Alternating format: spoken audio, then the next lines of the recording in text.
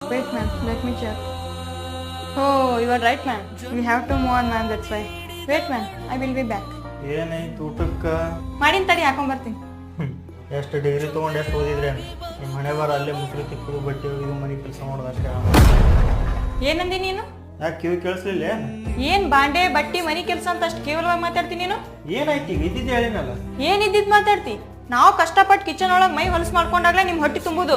ನಾವು ಬೆವ್ರು ಸುರ್ಸ್ ಬಟ್ಟೆ ಹೋಗದಾಗ ನೀವು ಚಂದ ಕಾಣೋದು. ನಾವು ಮನಿ ಕೆಲಸ ಮಾಡ್ತೀವಿ ಅಂತ ನೀವು ಆರಾಮಾಗಿರುವುದು. ಒಂದೇ ದಿನ ಇದನ್ನೆಲ್ಲ ನಿಂದ್ರಿಸಿದ್ರೆ ಸಾಕು, ಮನಿ ಅನ್ನೋ ಸ್ಮಶಾನ ಆಗಿರುತ್ತ. ಮೊದಲ ಮನೇನ ಹೆಣ್ಮಕ್ಳಿಗೆ ಮರ್ಯಾದೆ ಕೊಡೋದ್ ಕಲೀರಿ.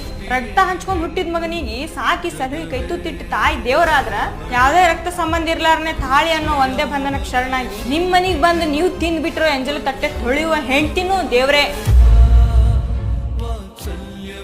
Respect to men's.